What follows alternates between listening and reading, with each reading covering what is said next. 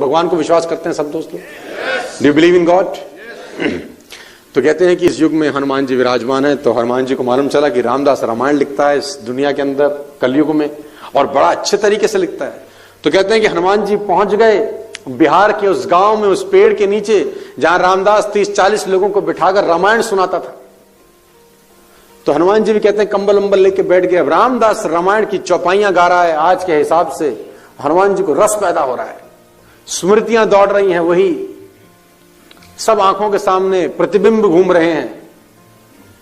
हनुमान जी को बड़ा रुचिकर लगता था। रोज आते थे रामायण का पाठ सुनने, और रामदास सुनाता था रोचक रोचक कथाएं, अपने अंदाज में सुनाता था। हनुमान जी को बड़ा रस आता था कि मेरे भगवान की लीला कोई कह रहा है, वो भी कलयुग में। बड़ा मजा आता था, कंबल अंबल लेके बैठते थे। एक दिन की बात है कि रामदास रामायण सुनाते सुनाते एक ऐसी बात बोल गया कि विवाद खड़ा हुआ। रामदास ने बोला, जब हनुमान अशोक वाटिका में गए तो बहुत सुंदर अशोक वाटिका थी, सीता मैया पेड़ के नीचे बैठी थी, और सफेद सफेद रंग के बहुत सुंदर सुंदर फूल खिले हुए थे। हनुमान जी ने बोला, रुक जाओ, यहीं रुक जाओ। वो तो कंबल अंबल ओढ़ के बैठ हट गए। उसने बोला, क्या बात है, कौन है भाई? उसने बोला, नहीं नहीं नहीं, तू ठीक कह रहा है। तू अब तक जो जितनी बातें बताई मुझे बड़ी रुचिकर लग रही थी। वही स्मृतियां दौड़ आई, वही राम, वही लक्ष्मण, वही भरत, वही शत्रुघ्न, वही सुग्रीव, वही बाली, वही सूरज को निगलना, वो सब मुझे वापस स्मृतियां दौड़ने लगी। अच्छा लग रहा था, लेकिन यहां तो तू गलत लिख रहा है। जब अशोक वाटिका में हनुमान पहुंचे तो फूल लाल रंग के थे। उसने बोला, कौन है बेटा? लिख मैं रहा हूं, तू कौन है? और जो मैं लिख देता हूं सुधार नहीं करता, फूल सफेद ही रहेंगे। तूने सुनना, सुन, निकल। उसने बोला, हद होगी, कंबल अंबल हटा दिया। बोले, मैं ही हूं। उसने बोला, तू कौन? अरे बोले, मैं ही गया था, फूल लाल रंग के थे रे।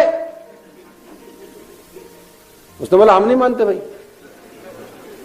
उसने बोला, तेरी सारी रामायण समझ में आती है, लेकिन यहां तू इसको ठीक कर, जनरेशन को मैसेज गलत जाएगा।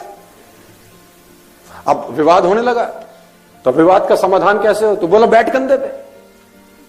तो भगवान राम के पास चलते हैं, अब जज फैसला करेगा। तो हनुमान ने कंधे बिठाया और राम के पास ले गए।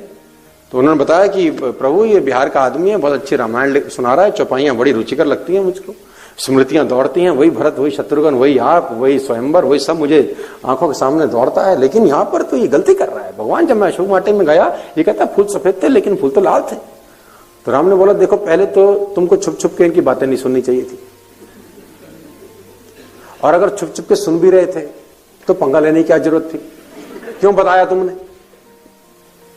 और अगर ये सफेद लिख रहा है तो रहने दो, तुम क्यों बीच में उंगल करते हो? उसने बोला, हद हो गई ना, ये गया था ना आप? अबे गया तो मैं था।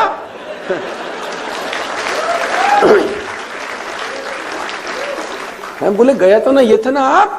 अरे लाल थे भगवान। उसने बोला, देखो, मैं कुछ नहीं बोलता, जो ये कह रहा है ये ठीक ही कह रहा है।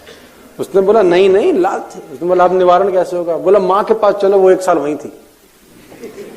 बैठ कंधे। तो रामदास फिर कंधे बैठा, तो मां के पास ले गए।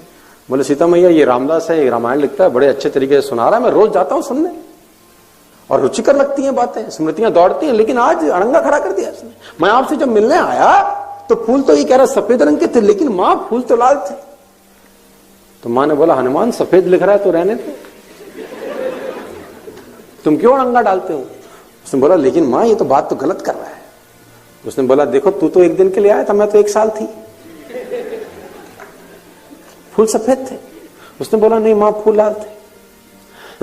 मां ने कहा, हनुमान, तुम ठीक कहते हो, अपनी जगह तुम बिल्कुल ठीक हो। जब तुम लंका में आए अशोक वाटिका में मुझे मिलने, तो तुम्हारे भगवान की पत्नी को कोई हर लाया था, तुम विध्वंस करने को तैयार थे, मारने काटने को तैयार थे, आंखें खून में सनी हुई थी, इसलिए सफेद फूल भी तुमको उस दिन लाल नजर आए। फूल तो सफेद ही थे। तो आप जिस